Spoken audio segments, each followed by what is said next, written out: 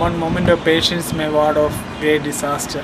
One moment of impatience may ruin all the life.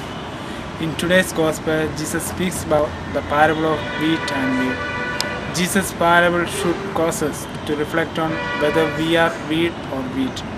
We must be careful that we do not become a wheat that will be burned in the end. We have heard the good news of salvation and eternal life, which Jesus has procured for us with his death for our sins. If we should turn astray from Jesus and his gospel and treat it with contempt, we will be gathered up as wheat to be burned. We know that the church is not only for the training ground for saints, it is also heaven for sinners. A perfect humanity never existed and will never exist. Good and bad, like wheat and wheat, will be always coexist. If so, what should we do in the face of the evil? We always must be patient.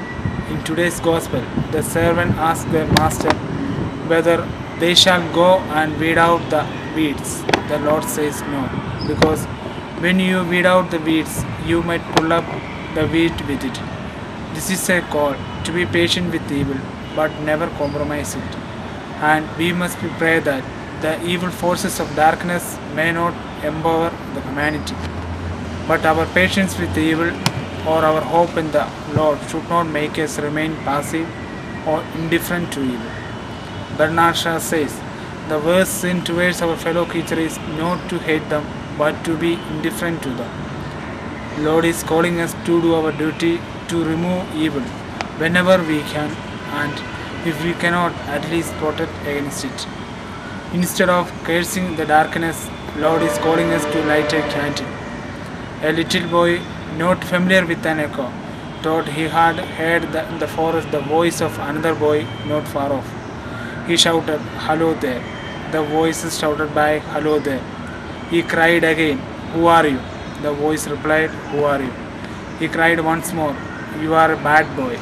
The cry came by, "You are a bad boy." Then the little boy went home and told his mother that there was a bad boy in the forest. His mother understood what it was and said to him, "Well, speak kindly to him and see if he does not speak kindly to you." The boy went to the forest again and shouted, "You are a good boy." Of course, the reply came, "You are a good boy." Here the story of Echo is the story of good and bad in our life. In this world, there are weeds among the wheat. We must not become the weeds. We must remain wheat through the hearing and believing of Jesus' gospel and living according to his word.